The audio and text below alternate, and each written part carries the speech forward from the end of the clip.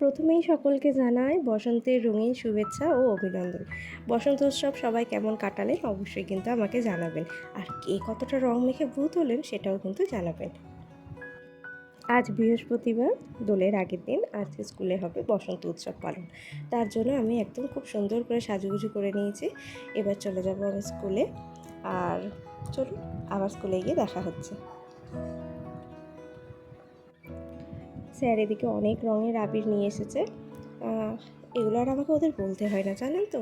বাচ্চারা কিন্তু এই জিনিসগুলো নিজেরাই ঠিকঠাক ব্যবস্থা করে নিতে পারে। নিজেদের বই খাতার যত্ন করতে না পারলেও এসব জিনিসে কিন্তু আমাকে কিচ্ছু বলতে হচ্ছে না। ওরা নিজেরাই ব্যাগ থেকে সব কিছু বের করে একদম সাজিয়ে গুজিয়ে রেডি করে ফেলেছে। দেখুন ওদের কত আনন্দ। সত্যি এই আনন্দটা স্কুলে কিন্তু একদিনের জন্য খুবই জরুরি। এদিকে আমাকেও দেখাচ্ছে, দেখুন ম্যাডাম কত কিছু আনা হয়েছে। ওদের রঙগুলো খুব পছন্দ হয়েছে। তো আরও কী সব রঙ আছে সেগুলো ওরা দেখছে। আর তার সাথে সাথে ওরা কিন্তু পাহারাও দিচ্ছে। লাঠিটা নিয়ে পাহারা দেবো যাতে বাচ্চারা এসে না নষ্ট করে দেয়। ওরা সব অধীর আগ্রহে বসে আছে যে আজকে কী কী রঙ আনা হয়েছে, কারণ ওরা স্যারকে বলেই দিয়েছিল যে কী কী রঙ ওদের আনতে হবে। আজকে মিড ডে মিলে রান্না হচ্ছে মোচার কোপ্তা কারি আর মসুরির ডাল আর ভাত। আর এই জানালা দিয়ে দেখুন কত সুন্দর আম গাছটায় আম হয়েছে।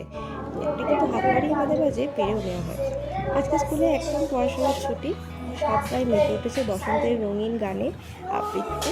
সবাই একদম কচি কাছাড়া রঙিন হয়ে সেজে এসেছে। তো দেখুন কী কী রঙের আবির আনা হয়েছে। হয়েছে হালকা গোলাপি, লাল, সবুজ, আর একটা আনা হয়েছে একদম ডিপ গোলাপি।